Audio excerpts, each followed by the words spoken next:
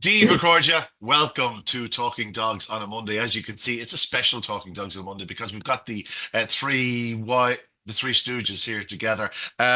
We are going to try and keep this to a normal chat rather than the normal WhatsApp chat we'll be having between us. That's a warning to you, Barry Caul, and to you, Damien Lonergan. Let's keep it pretty civil, okay? We have a BoyleSports Irish Greyhound Derby decider to talk about. Of course, it's the biggest week in Irish Greyhound racing. As far as I'm concerned, the biggest week in World Greyhound racing. I said it the other evening. There may be races more worth more money across the few oceans in Australia and the likes. But I'll tell you one thing: there is no occasion like BoyleSports Irish Greyhound Derby final night at the wonderful, wonderful Shelbourne Park. One man that was certainly at Shelbourne Park on Saturday night was Barry Caul. He was there late into the evening. You know, Barry still thinks he's 18 years of age. God bless him. And of course, Damien Lonergan, a man who probably is still 18 years of age in mental capacity. But, gentlemen, it's a pleasure to have you here on this Monday morning. I know Barry is in a rush because he had to get a bus from Swords all the way to Shelbourne Park for the Derby luncheon. That tells you when we're recording here early on Monday morning. I too have to be there. I have a little bit of work to do. Damien, you're not going to the lunch. They only invite the bigwigs. Yeah, no, that is. I'm much of a liability. It's enough having buried or getting the bus in. These a few drinks. Your lunch could get interesting. The lunch could get a bit interesting. It could, but no, he's too busy writing down his lyrics. I believe Derby karaoke is in full flight. I got a touch of a sampler last night, Barry. I hope it's not, not a slight in you or anything like that. But Damien is sending me little sly voice notes on, just to make sure that everything's going well. Yeah, I got more than one sample voice note last night, but some of them start off well, but they just don't see how to trip some of his songs. But yeah, look, we've got a couple of days to work on it, and I'm sure we'll come up with a couple of belters. Yeah. Listen, we have a wonderful final to look forward to. €125,000 an offer to the winner of the Boyle Sports Irish Greyhound Derby. An exceptional lineup, but we will also have the hottest Derby favourite of all time. I was going through the list last night, and the only dog I could find that sort of was anyway close to the price that Bucko's Diamond is was a certain Spanish Battleship. In the second of his Derby successes, of course, he won three, 53, 54, 55. The Spanish Battleship was 4-11 in 1954 when he won his sole Irish Derby at Shelbourne Park. At present, Damien, you have Bucko's Diamond in at 130 on, and by my reckoning, the way prices have gone in this year's Derby, he could be returned even shorter. That seems to be the trend. Yeah, I wouldn't be surprised if he returns 1 to 4. But no, initial reaction, trees on 100 beyond, but he's just flawless. I think the only way we could have been shorter is if cheap sandwiches was on his immediate left hand side, but he's not. He's got two blockers on his inside, so I think it makes his task much easier. Yeah. Oh, Barry, we saw two wonderful semi-finals on Saturday night. Of course, you were there in your guise as presenting with Ivan on Virgin Media. We saw exceptional performances in both semi-finals. The first heat went to Bucko's Diamond. He was sent off the 8-13 favourite. 8-13 looked a big price after a single stride. Yeah, I believe there was a bit of 4-5 on track as well. That's some value now, isn't it? But yeah, look, it was a very interesting race, and we spoke about it last week with the draw, and we didn't think Seven Beach was going to move off. But look, all of this stuff that we thought about, this may happen, that may happen, it was all irrelevant after a yard. Absolutely all irrelevant, because Bucko's Diamond took an absolute flyer.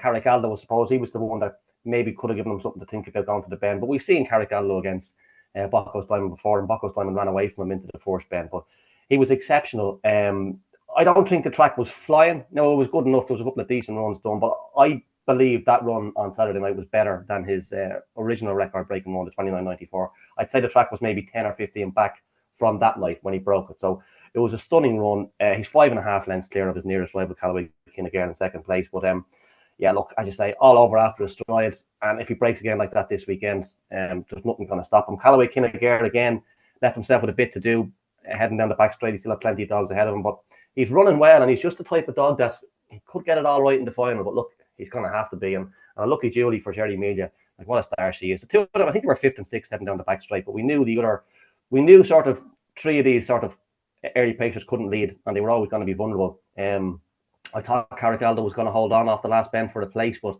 just the last 5 or 6 yards just done on. But I seen him on parade, Carrick Aldo, and I just turned to Ivan Yates straight away on parade. Now, I don't know if I'm doing the dog a disservice, but I thought maybe the occasion got to him, and there's rumours about this dog before that he's not great in front of a big crowd.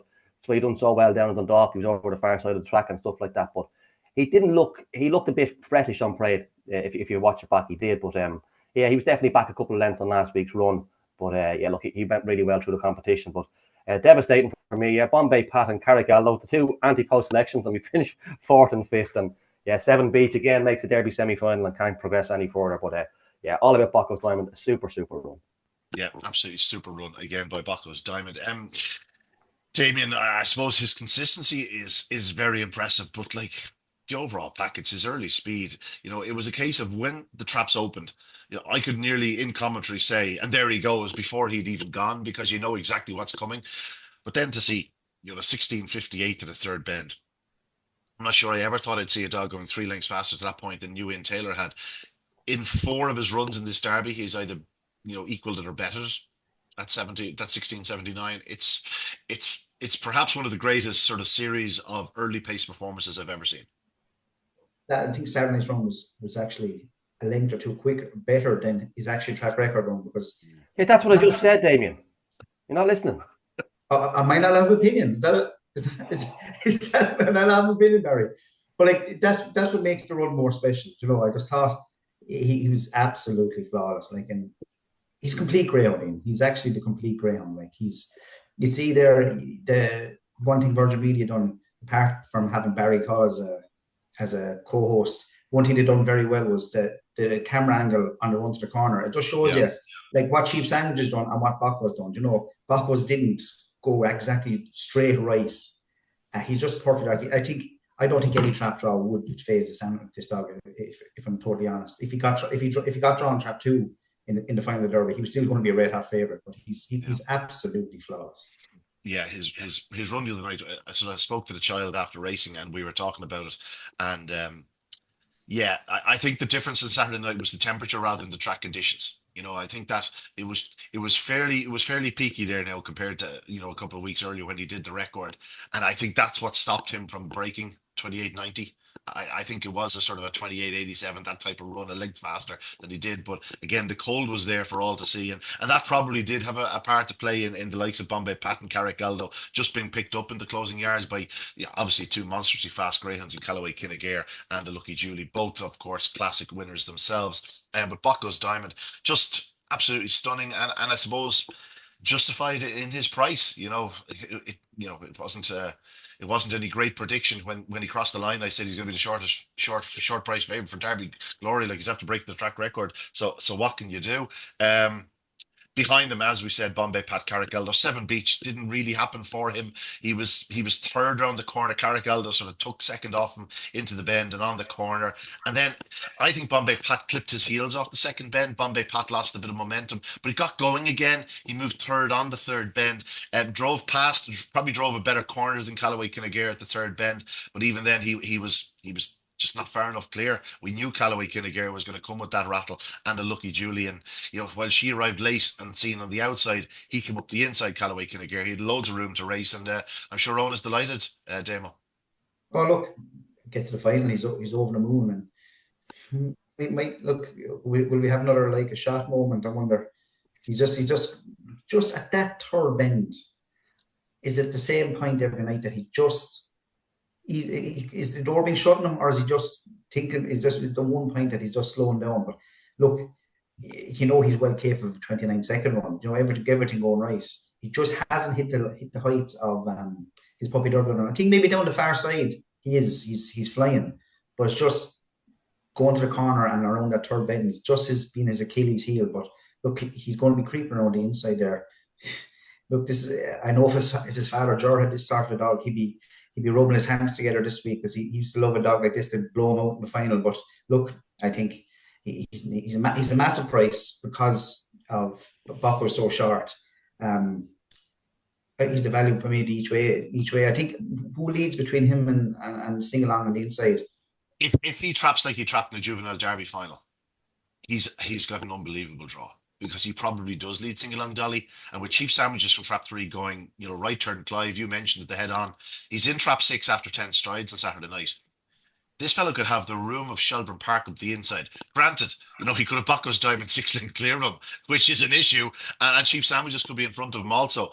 But you never know. like we're talking about a really, really cold weather snap in Dublin this week, and while it's supposed to clear up a little bit on Friday for the weekend, it just still might be only 4 or 5 degrees, and that can make a big difference to early pace greyhounds, and certainly Callaway Kinnegar won't be put off by it. Like this fellow would stay 600 yards plus, like he's in a real powerhouse, and I agree with you. The more I've looked at the race, the more I've gone. He can play a part. Now, it does depend on making a start because he does have to get around or in front of Sing Along Dolly. But if he does, there's no question he can certainly be involved. Barry, you've seen a fair few Derby finals at this stage. I dare say you were probably there for like a shot, a 10-1 chance for Owen McKenna, Callaway Kinnegar 10-1. I'd say you'll give him a favourable chat now on Saturday night on the TV. Yeah, he does have a chance. Like last week, he was 14-1, 16-1 to win it, and before the Derby started, he was probably something similar. So make that make sense. When there was he was as short as 8-1 at one point, Barry. Yeah, and then last week there's 12 dogs left. That's just Damien, sort of overreacting and whatnot. Like, I've walked this dog out in his trials. Oh, I'm in the inn. I know how good this dog is. Yeah, well, maybe he should walk him out again because Owen can't seem to get him to smell the traffic a lot. But yeah, look, you can make a case for him and all that, but this old saying, it is Bocco's diamonds to lose, and the only way he can lose it is if he makes a bad mistake. That's how much he has in hand on his rival. It is his to lose, and I think the only way he can taste defeat is if he makes a mistake, if he stumbles, if something really drastic happens, because if he comes out even a half a length behind these, he leads and he wins. It's typical Barry. It's typical Damo, isn't it? A premature prediction from Barry. We haven't even got to the final yet. There he is. He wants the limelight straight away. Yeah, this is unbelievable. Talking Caul podcast. This is like, do you think there'd be enough light shining on his head now that we don't need to be shining the light on his predictions as well? The gas thing is, after the Derby lunch, I'm having a drink or two with that man. Yeah. Are you coming? Lovely. And look, at least he's not wearing a stupid shirt, that's all I said. Not yet. Let's get to the semi-finals, or the second semi-final. We're already in the semi-finals. The second semi-final, it was almost as if Cheap Sandwiches had been gazing out of his kennel and going, well, if he can do it, I can do it too. Racing from Trap 3, the same box as Bocco's Diamond, and a very quick double for Graham Holland, who, I can tell you, lads, I think this fella has a future. He's not a bad handler of a dog, Graham Holland, and Cheap Sandwiches from Trap 3 exploded out. And yes, it's not as obvious actually when you're watching it, from the normal angle, shall we say. But when you saw that head on from Virgin Media, like he's in trap 6 by the time he gets to the winning line. And just kept going. I was giving Sing Along Dolly a huge life in the inside, thinking maybe she could slip around in behind 2 or 3 lengths in behind. Just blew holes in it. Like he was 6 lengths clear to the third bend. She brings it back to 4 lengths, but this fellow is absolutely flying. 29.13. Like when he did the 29.20 run, that 4-dog race, we're thinking, can he go faster? The next week, 29.18. Now 29.13. Like when you consider how lucky he was to even be in the Derby still after that traffic with Crafty Shavu that night, who's to say? Who's to say he can't fly out and win well again? And of course, gotta mention the Bark Wahlberg Syndicate. It's like one of the great syndicate names, isn't it, Barry? Yeah, I was looking at that on Saturday night. It is a great name. What was Pablo Escobar? He was probably the best name, wasn't he? Yeah. He was a great one. But I can't believe the price this dog went off. He was 15-8, 9-4 during the week, and I thought that was value because he was long odds on to lead. I know he'd never ran from as close to the rails as 3. I think he might have had one spin from 4, but it was always 6 for this dog. But 3-1 was massive on the night, absolutely massive. And yeah, took a big step to his right as he came out, but it was all over by the third bend. I know there was a little bit of trouble in behind, but it was all over by the first bend. He was traveling with that speed. Yeah. He was going clear, but I can't believe the SP of him 3-1. Like I thought he was a decent bet of 2-1, but you're talking about Cheap Sandwiches lucky to be still in the Derby. Sing Along Dolly in second place.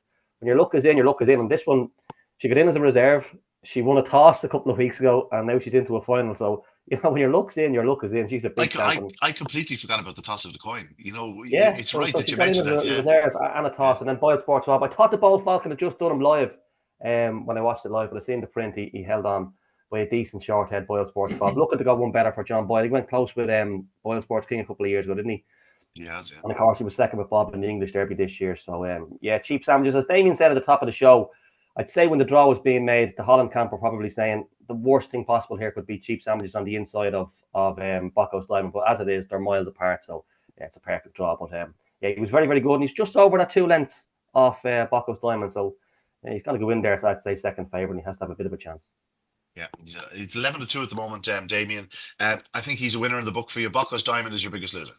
Yeah, we don't want Bacchus Diamond, so he's been a favourite for a long time. There'd be something wrong if he wasn't a big loser. Callaway is not a great result. Everything else is okay.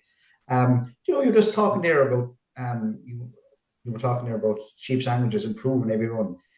Well, the two dogs I thought of, this could be a replica. Ter McGuigan and Ter Big Mike. Ter Big Mike was very, very sharp. McGuigan was the one who was improving, and then had this big run in the final.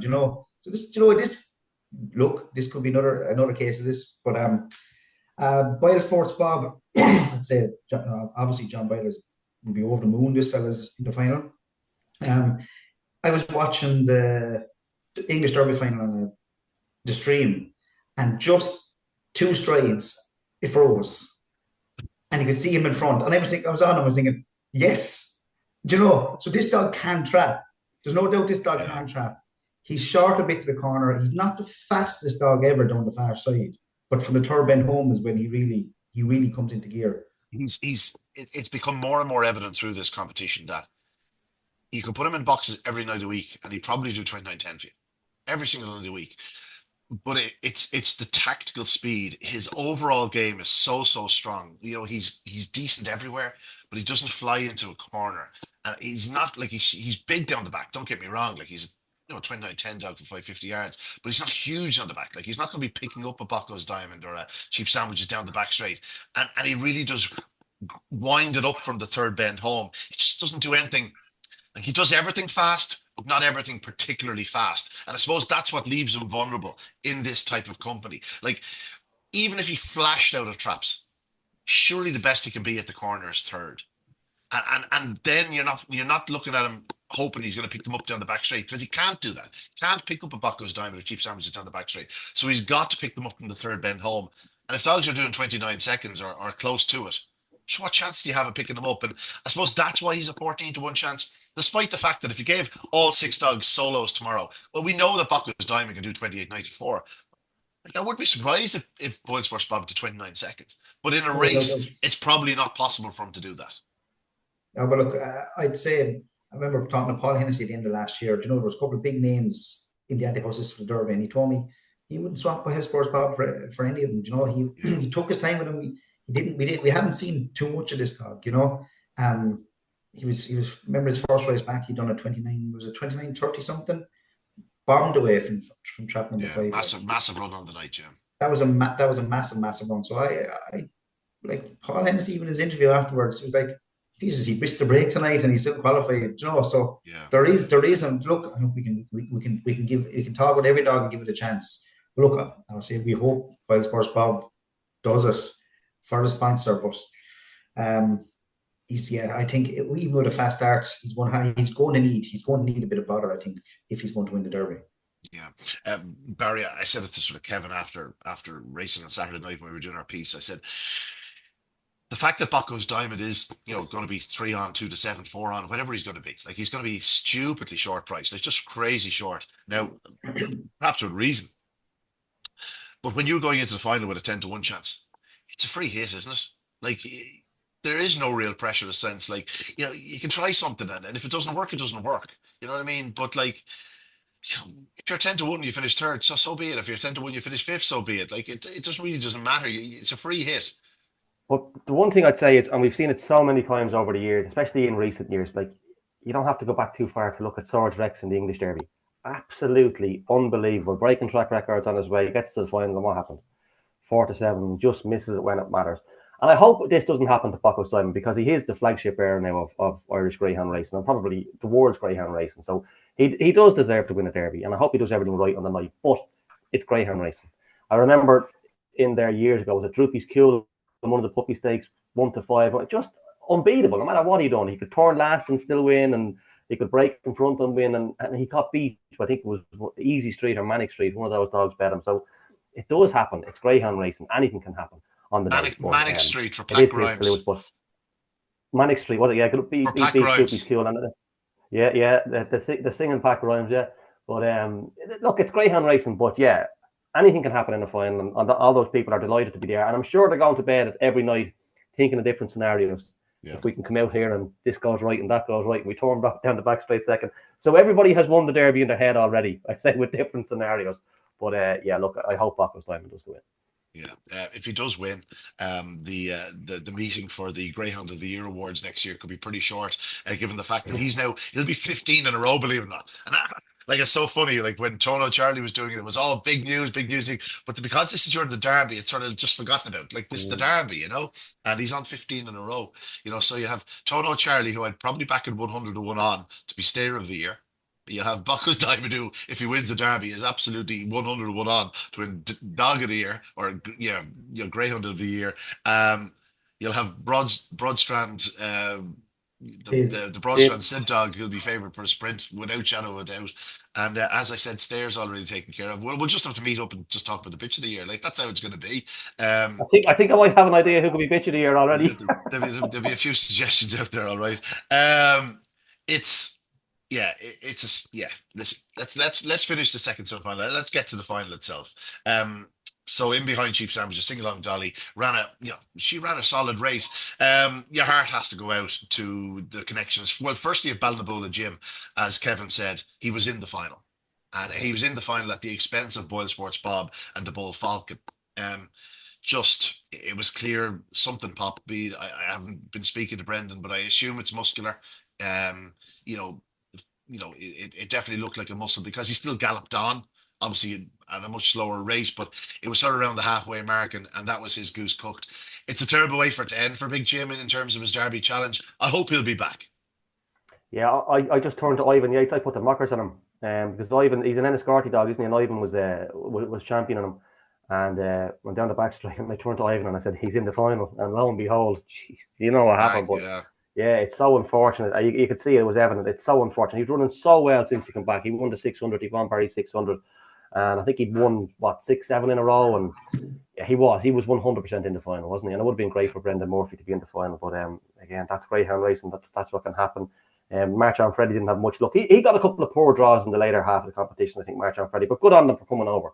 It certainly piqued up the English interest. And the fact that they went back with him to England, I think he wanted to get him checked out by his own man. I'd say he was carrying a couple of niggles, and I think that showed in his performance, because if you look at his first 2 rounds, like he was so impressive and whatnot. And the other evening, he took a step right from trap 4. He was the one that he got a little tangled with BoyleSports Bob, and that was him. The goose was cooked.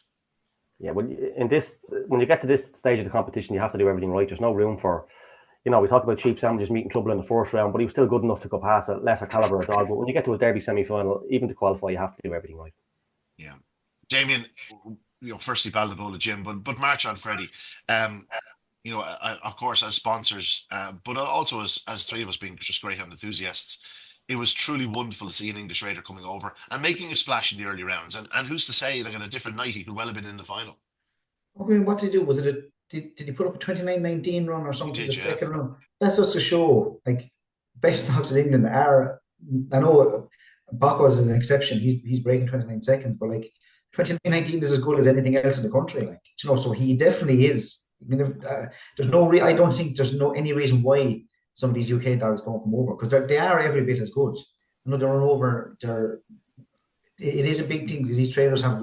They mightn't have big kennel staffs and can't afford to come over spend 6 weeks away from their own kennels at home. So it is a big undertaking, actually. You know that from Irish trainers going over. It is a big project to undertake. But I was delighted to see him get as far as he did.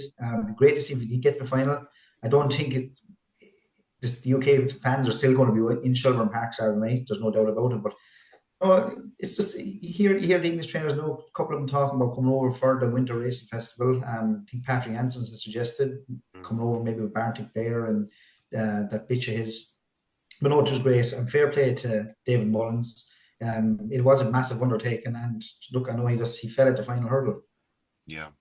I'm gonna go to you, Damien, for the one dog that we haven't mentioned in any great detail, because he loses out by a short head for the Derby final. Your heart goes out to the connections. The Bull Falcon, a dog you've been waking up screaming in the middle of the night. The Bull Falcon. No, you've been avoiding this dog for a long number of months, and neither plan came to fruition. But he was desperately. I'm not going to say unlucky. Yeah, BoyleSports Bob swung wide off the last bend and did leave the gap, but he just couldn't get there in time. He's probably the only dog in training that could have got within a short head of BoyleSports Bob from where he was, showing exactly how powerful he is. But just the line just came in time.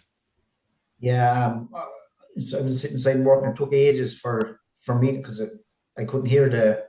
You got the result quicker than I did. Know what? Honestly, I thought first. I think he's after getting. I think he's after getting chinned by the sports. But look, it was a sigh of relief when he did. So it was two things. You were delighted by the sports. Tom got through, and from a book point of view, you were kind of happy that he got knocked out. But oh, he's a fair animal, like you know, and fair play. Like connections back on before he ever even had a public trial Yeah. backing him to win the Derby. Like that takes some Leo Rodino. Yeah. Was he by some margin the worst result for you, or had the book sort of corrected itself a bit? No, the book kind of had correct itself, but like it's just do you know the slagging will get more playing the dog at 100 to 1. Yeah. Do you know what I mean? Do you know that's the thing? But look, fair From the play. likes of Barry is what you're saying. No, No, he's going to slag anyway. He's going to slag anyway. Right. And so we are left with a wonderful Derby final to look forward to. As we said, there is a big shadow cast over the five other finalists because Bocco's Diamond, as I've said, will be the hottest Derby favourite of all time. He is racing from trap six. And while he doesn't necessarily need to be in trap six, it means that he has a little bit more room for error. And the main danger to him is there's good two trap wits between him and Cheap Sandwiches. You've got BoyleSports Bob in five and a Lucky Julie in four. Lucky Julie is a good starter. So she could certainly act as a buffer for Cheap Sandwiches. It's probably the right draw for BoyleSports Bob. And again, Bocco's Diamonds on the outside. And then on the inside, Callaway Kinnegare and Sing Along Dolly. And they're probably going to have their own personal battle into the opening corner to see which of them can get around in front of the other. You'd suspect with the 341 on his card and the 344 the previous week, the Callaway Kinnegare just seems to be finding that bit of confidence again. And if he does trap on terms with Sing Along Dolly, I think he'll go around in front of her. And that could see him emerge as a player, certainly to make the frame. But it's an intriguing final. But let's not beat the bush here. Like, obviously Barry is already premature predictions here. But I think all three of us are going to be going for Bocco's Diamond. But let's talk through it. Barry, your first thoughts when you saw it, the draw. yeah, look, an ideal draw for Bocco's Diamond. I was worried if Cheap Sandwiches had been in five, as I mentioned earlier on. That was the only issue he could have had. But just looking at them from the top down, as you mentioned, Callaway Kinnegare 341 last week. That was his best in the competition, off a 344 the previous week. If he does that, as we've seen in recent weeks, he should lead up Sing Along Dolly. You've mentioned that. Cheap Sandwiches, yeah. Initially, when I seen this draw, the last couple of weeks, Lucky Julie has broke okay, especially the previous week out trap five in the I think it was the third round. She broke really fast from five. Now she's outpaced at the bend, but if she breaks like that and Cheap Sandwiches does, well, he will move to his right. They could come together in the middle. BoyleSports Bob, look, it's hard to see him going around any better than third, really, isn't it? Like he flashed from traps the night he was behind Carrigaldo, 339, and if he turned around in third place there, he was sort of outpaced into the bend. I know it was behind a good dog like Carrigaldo, but he needs to sort of reproduce that 339 and he needs to avoid Lucky Julie and Cheap Sandwiches early on. Even if he turns, would you back BoyleSports Bob if he turned within four lengths of Bocco's Diamond at the sprint box? I I still don't. think he'd be four or five behind him at the third bend, wouldn't he? And you're not going to get him back. The argument is he could be five behind him at the third bend. Yeah, and Because like we seen BoyleSports Bob be 5 or 6 behind Carrigaldo, and he got it down to a half a length. mm, I think Bocco's Diamond would probably pull a little bit further clear to the third bend than Carrigaldo. So yeah, look, as I said, it is Bocco's Diamonds to lose. But it's a good find. A Lucky Julie's a great story, in fairness. Like, she won the Oaks and she's come back from season, and all she's had is runs in the Derby. No prep run, no nothing. This is only her 6th run back since she won the Oaks. So she's become the second bitch to do with the Oaks Derby double along with Susie Sapphire. But yeah, I'm looking forward to it. Won't be having a bet in this race because it's a real watching spectacle. But I do hope Bocco's Diamond wins. He deserves to win. yeah. I was thinking that myself. I spoke to Damien yesterday, and I was saying that this could be one of the Derby finals where the without market is probably a lot more lively than the win market itself. Now you will have people getting involved. That there's so many fast dogs there that are available at double figure odds. Like that if you are looking at the race, you're going to say, Sure, what harm could be a fiver on Callaway Kinagare be? You know what I mean? And on the nice, Damien, you'll be willing to lay all those bets because Bucko's Diamond is your biggest loser. But like you're not going to get enough in to cover those losses. No, not a hope, not a hope, not a hope. Um, Look, there's going to be like, right, lads, put it to you, finish last market. Yeah, Who's jolly? killer market, killer You market. could, you could, you know what I mean? Buckos is probably going to be obviously the outsider, but like I'd say cheap sandwiches would be favourite for that market, won't he? Yeah, He's yeah, also favouring the bet without markets. You know what I mean? yeah. That's the thing. And like somebody said to me last week about the heat that Bucko's Diamond won. I said I don't think a Lucky Julie has any chance of winning this heat, but she's the most likely qualifier by far. And I think you said the same about Callaway Kinagarian. I didn't think they were going to win the heat, but you knew they were going to be running on and very hard to keep out of frame. And this is the same with cheap sandwiches. If he takes a flyer and gets out in front, he's a big chance of winning the Derby. If he turns third or fourth, he's got powerhouses in behind him, and he's likely to finish last. The issue is in normal years you've only one, maybe two powerhouses, whereas this year you have the four of them. So let's say it goes cleanly. It goes as we expect in terms of what they're producing at the moment. And Bucko's Diamond clears the back straight 3 lengths in front of Cheap Sandwiches, who's then 2 or 3 lengths in front of the next. Well, then all of a sudden, it is one of the powerhouses you would normally say have no chance of finishing last that are going to be trying to pick up a Sing Along Dolly or a Callaway Kinagare or a BoyleSports Bob or like there's nothing set there and now in a sense where those powerhouses might still struggle to pick up one because of how many strong running dogs there are in it. So it's a market I'd be taking my time over now, Damo. You don't want to be caught with your trousers down again. No, but I tell again is doing a lot of work in that sentence, isn't it? I tell you, the year of Let's and Bucko, BoyleSports King was 25 to 1 outsider. Yeah. And there's a spreadsheet where you just bang in outright prices and it spits out prices for the finish last market. So BoyleSports King that year was obviously favoured to finish last. And I remember I switched it around. Like instead of being a 7 to 4 chance to finish last, I put him like 14s because he was never going to finish last. Do you know what I mean? He was never ever going to finish last, even though he was complete outsider the whole field. So look, I don't know what's going to finish. That's going to be a very, very, very interesting market. I think you just kind of have to put it up, just put it up and close your eyes and just let everyone bat away at it because it's just something. Let's just hope that the finish last market is a cleanly run race and it's not a case of whatever got turned over or, you know what I mean, got badly bogged or whatnot. And that's touch wood and all that. A wonderful final. I'm going to ask you for your first and second, Barry. A Bucko's Diamond to win and Callaway Kinagare to finish second. Very original. Absolutely certain as death and taxes he's going to be the same. Like, he's ruined it for me. Why did you go to me first? Do you know what I mean? Look at him. Out. Pretend you're first. Go. He's a smug look on his face, and obviously I'll be shouting for Callaway Kinagare, but I can't see Bucko's Diamond getting beat. I said, Lucky Julia and Bites Rob are going to be 2 shields for him. I think he's going to get clear on the outside. I'm not copying Barry. I'm not copying him. I think he's going to be second. Oh, well, now, with 2 wonderful judges like yourselves, sure, how could I go any different? I'll go 6-1 as well. I tell you what, Callaway Kinagare is all of a sudden just taking a clip in the bet going out market. A wonderful, wonderful final. Is there anything in particular that you'd be keeping an eye on up to the final? Like, Barry, you were talking there about Carrick-Aldo before the parade. I assume the favourite, just he's as cool as a cucumber, is he? You wouldn't be too concerned by the noise or the atmosphere? No, it was somebody mentioned to me a while ago about Carrick-Aldo being a little bit sketchy with big crowds and stuff like that. So that was just in the back of my mind. And when I seen him going on parade, I went, oh, he was fretting a bit. You see the other dogs coming out and he was the tongue out and he was a bit more alert than he normally was. But look, he gave us a good run for our money. There was a good enough crowd there on Saturday night. I can't see the atmosphere being that much different. It'll be a little bit louder, a little bit busier. But these dogs, BoyleSports Bob will have no issues. Lucky Julie, she's won an Oaks there. Bucko's Diamond, he just seems to be laser focused, doesn't he? Callaway Kinagare won a juvenile derby there, so no, I think they should be okay.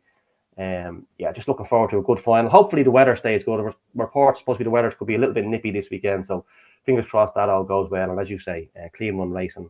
Hopefully the best dog wins. But look, good luck to all connections. It's just a dream to be involved in a derby final. And as I say, everybody be going to bed every night this week thinking, if we can do this, we can do that. And I'm sure they'll win a derby 6 nights in a row before next Saturday night. But hopefully they all get there in one piece, and I hope it's a good, clean final. Damo, like, if Barry's outside, I would suggest he has to wear like a Peaky's blinder hat or something, just keep himself warm, you know. So like you think you do something like hopefully we'll all win. We'll get the Jack or something. We send Barry to Turkey or something like that to get a touch up. You know. Come here. Did you see the video of singing along Dolly the morning after? Yeah. Like that was a brilliant video. You know, Jesus, like she looks coming out of her, and I've no doubt that Pat will have Jimmy Buckley piped into the kennel there to get the bitch. So the bitch will come out flying Saturday. But no, it's a wonderful final. I'd say if I had anything, if I owned anything or had to share anything or had to do anything got to do with the dog in final, you just don't sleep them nights. It's an unbelievable feeling. But look, I said it's going to be even though he's a 3 to 10 chance, it's going to be a race to saver. And look, we just have to. Another thing, Damien, if you did have anything to do with any of the finalists, you'd be in the derby lunch with me and Eno later on as well. He's dying to say something real. I can't say what I want to say. It's a bad sign when Kevin has to come up from Kerry, isn't it? You know, and Damien just up the road in Dundalk, like, you know what I mean? Damo, there's no chance that Owen will give you the call and say, listen, would you walk this dog, you know? No, look, I just text him Saturday night, don't be afraid to ring me. That's all. I left it at that. He hasn't rang me yet. Right, we'll get into the derby played very quickly, and we have to mention a certain Drumby's Kathleen. I wrote on Saturday night that such has been her brilliance and the impact she's made in such a short spell of time that the run of Drumby's Kathleen on Saturday night was almost modest. She beats a top-class field in 28.05. I think that shows where exactly she is. I think she was trapped up a little bit on the parade area after the race. I think she might be just feeling something, but all's well in the world with Drumby's Kathleen. She's a star, no question about it, Barry. Her run the previous week was, off the charts. And she wins again at 28.05. She's 5 from 5, and I don't know when she's going to stop winning because I'm not sure there's too many out there that can beat her. No, there was a couple of people spoke to me before racing on Saturday looking for a price in her to break the track record again because they said she lost a length or two, and I was like, there's no way in the world she's going to break the track record again. No way, because it was hard enough to comprehend that 27.50 run in your head, because I think I might have said it to you or somebody else before racing. You think of the great like a Swords Rex, and he's bombing out around there doing 27.90, and this lady is 5 lengths ahead of him. It's just it's hard to fathom, you know. Mind-boggling. It is, yeah. So she was never going to go that quick again. I didn't believe. Unanimous Roxy ran a cracker in second place. She really did. But if you watch the race again, Kathleen was in traps a very, very long time. A very long time from trap one. She really was. She was in traps well over a minute. And as soon as she I don't know who put her in, I don't know if it was Rob, she got down like this. Like, you can see her because she's a white bitch, and she was down like this. And she got down like what, Barry? What's that? She got down like what? Damien, stop. She got down like this. But she never moved. She never moved from that position. And you just had the feeling that she was down there so long, she might have just stood up at the wrong time, but she stayed like that in traps and took a fire. Have a look at it again if you get a chance. She's in traps a long, long time, but done everything right. Unanimous Roxy ran an absolute cracker back in second place. But the value was on the toes. 1 to 5 on the toes she paid with this new 12.5% retention. So the Shrewdies are on the toes at 5s on. I don't have the money to bet in 5s on chances. Damien does, though. Damien, you were impressed by her, even though she wasn't as good as she was the previous week. No, we took the market. Remember, I was texting you. We put up under 6, between 6 and 7, and over 7. 90% of the turnover was all on the overs. Yeah, they just wanted the overs. The unders were just there, like, everyone was on the overs. What was it in the end? 4, I think. Was it? 3. Was that the way? 3. Yeah, 3. Yeah. 3. So, like, look, imagine you're talking about 28.05, and people are kind of just going. They were expecting better, but these are animals. If you done 28.05 the previous week, superstar. Do you know what I mean? So, no, look, she just shows she's a bit of courage too. Bump on at the first corner. She didn't shy away from it, didn't she? Not. She just she rode it perfectly and ran on. And look, will we see her in the Winter Racing Festival? Do you reckon? Yes, perhaps. The original plan was the National Puppy Stake, but I just think after Saturday night they may be reassessing that. So maybe a one-off race rather than a competition. And then I would say she'll disappear for the winter. you listen to Dylan Brown's podcast in Australia? First ever greyhound. Like, wow, to just Yeah. to fall on this, like, it's unbelievable. Look, I know I'd say Now, she now wasn't let's just exactly say, cheap now. I was going to say he didn't exactly pick her up for 800 quid at the sales. Then you know what I mean? No. But still, come here. Still, if I gave you 100,000, go and get me Juby's Kathleen, you'd have 3 bites of the cherry there. I don't think you get it near it. Like. You give me 5 bites of the cherry with 100 grand, I'll do it. I'll get 20 grand a piece. I'll pick you something. The two semi-finals of the Derby Plate went to two impressive winners, of course. Knocky and Dazzler. I think this was his very best run since his Kirby Memorial success. You know, with each week, he just seems to be sort of improving for the fact that he's settling into his new surroundings, and of course the second heat went to Fay Point Harvey, which was something of a shock to me when he didn't lead. I didn't think there was any chance he'd pick up Miami King, and he ran hard to that line. And even after watching the replay twice or 3 times, I still don't think he's up. I was on Elite Josh at big prices in the each way double with Sing Along Dolly, and he didn't even get second for me. I was chinned, but no, big run by Knocky and Dazzler Damo. This was perhaps his best run since the Kirby Memorial. Yeah, look, we alluded last week that he did, like the run the week before, even though he's beaten, he did show a nice turn. He trapped and showed his early pace. So he was coming back to himself. And sure, look, once trap rise came, the race was all over. Karma King didn't fly out. Did he get a small bit of a bump? But look, it was race over. And it was great to see, great story. You know, what the nationwide program done wonders for the greyhound world. Hopefully this can add to it now if he could win the Derby Plate. Ventry Fate, Owen McKenna second and third, Ventry Fate and Karma King. Karma King, a little bit disappointing. He was as short as 8 to 11 on the industry show, which was very, very, very short. But look, these two in the final there. Ventry Fate probably has a bad enough draw in the final, draw in trap 4, but Karma King's still there.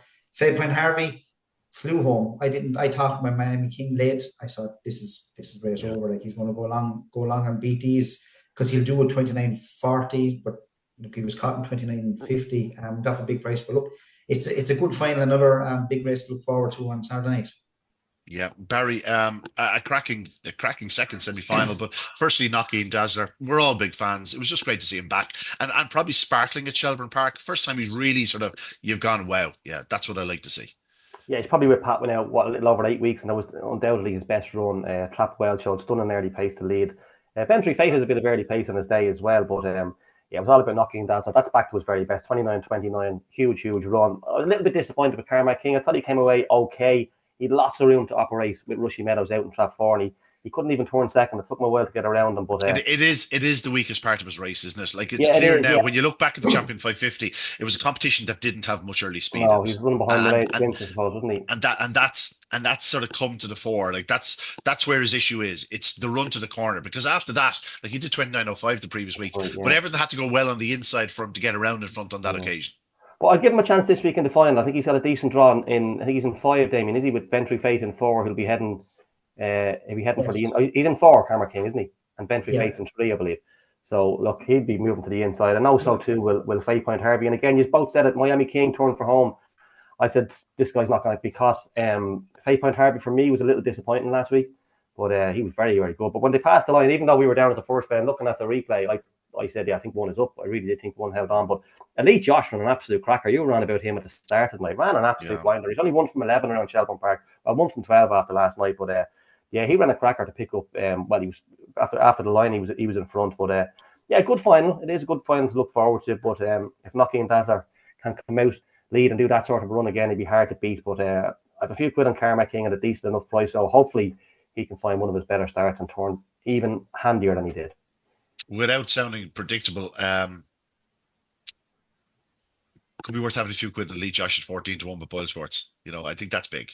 I really do think that's big. Yes, Knocky and Dazzler is going to be very hard to beat. And the fact that Tribal Sid didn't go through is a huge bonus. Huge bonus for Knocky and Dazzler and his backers. He's 11 to 8 Damo, and that's the way it goes, because if you think you have a certain leader, they tend to start favourite. And on nights like this, when there will be plenty of money sloshing around, it generally is for the pace setter. Yeah, look, and nights like on the big nights as well, the track is going to be good, which means early pace setters are up. I think he's going to be very, very hard to beat. Karma King is going to have to take an absolute flyer. Because even if he does, he'd probably still turn second, maybe to Knocking Dazzler. Trying to get up his inside now will be a big, big task. Barry Lidge he's going to have an inside runner. Ventry He's going to be turning left on the run to the bend. He could just cause a bit of bother for Miami King. I think Miami King will be shorter if he was on the outside of Ventry Face. So he's a big enough price out of 92. He's going to do a 29.40. But no, for me, Knocking Dazzler 11-8, and I think he's going to go off closer to even money. Yeah, I wouldn't be surprised. It's amazing how the prices have happened through this derby. It seems every favourite seems to collapse. They just, punters at home just want to get on these, and obviously it's linked now to the industry SP rather than the SP in the track. And the SP at the track would be very different in many circumstances to the industry SP. It's just the way the world is working at the present. But listen, as you say, there's plenty of odds available now. You don't have to wait, and you don't have to take SP. You can take the prices now. And as I said, the 14-1 about Elite Josh. Barry, you're going to take a chance on Carmack King again, hopefully. Oh, I don't need to have a few quid in the 10-1 from earlier on. Yeah. So, hopefully he can. And even if he sneaks in, like I thought when he come off the last bend, I thought he was going to be Coffer Tour. And I'm going, no, Carrigal, no, Bombay Pat. And now this guy, this is going to be a disaster of an evening. But, just to finish up, Ian, as well, we're going to have obviously a cracking night racing there on Saturday night. But we should have a cracking consolation finals to look forward to as well if they all turn up. Obviously, it'll be interesting to see how the consolation goes. With the fact that the Winter Racing Festival is only 2 weeks away, I'd say there'll be a couple of quarterfinalists called upon rather than all the semi-finalists. And obviously, Ballabula Jim is out. March on Freddie, you suspect, won't be there. So there will be a couple of quarterfinalists in. But if you have the other four, Aldo, Bombay, Pat, Seven Beach, and the Bowl Falcon, they're quality enough. And I think it's an extra $5,000, is it, for the consolation or something close to it? So stick in the likes of Deladdy Da and maybe one other. You never know. You wouldn't know, because there's going to be a few places up for grabs. You wouldn't know. Yeah, no, cracking week to look forward to. Of course, the Derby lunch is on very shortly. That tells you when we're recording this. We're going to let Barry go now in a minute because he's got to get suited and booted. Damien has to go back to work. Kevin's coming up from Kerry to represent. They wanted the big guns today. I hope he's had a shave. Before we go, gentlemen, obviously this being Derby week, the one thing that people are most looking forward to isn't the race itself, but rather the Derby karaoke, and I hope rehearsals have gone well. Well, I tell you, it seems to be all one-way traffic at the moment. It's all one-way traffic. It's all me. Barry needs to pull the finger out now today, big time. Listen. The lead singer depends on his roadies during the week, but on the night he turns up. But the only thing we have in our favour, if he's having a few pints today, he gets very animated, and that's when the creative work starts to go ahead. So he could look. I say the voice notes later on will be good, I'd say. Yep. But come here, I'd say, lads, the races I'm looking forward to Saturday night is the 575, 600, because there's so many good dogs around. They could be massive races. And the 750, I think Deadly Disco could go for the 750, could he? Be interesting. Let's not go down this rabbit hole. I really have to go. Yeah. No, as Damien said, there's probably a few people. They're also vying for a place in the Winter Racing Festival over those distances as well. So it could be added bonus to it and added spice. Damien, last word. There's a few specials up there, match bets and inside and outside and top two and stuff like that, odds and evens. So there's plenty of interest in the Lucky Julie and Sing Along Dolly match bet. There's a few there available online, and there'll be plenty more available on Saturday. And what price is Barry to wear a pink shirt? He's so corrupt. Look, he has it. Look, he actually has it. I actually did. I just found it earlier on. I went, oh yeah, I need to get that watched on air because I'm wearing that on Saturday night. There you go. He's on Sing Along Dolly. Gentlemen, a pleasure as always. Barry, I'll see you in about an hour and a half.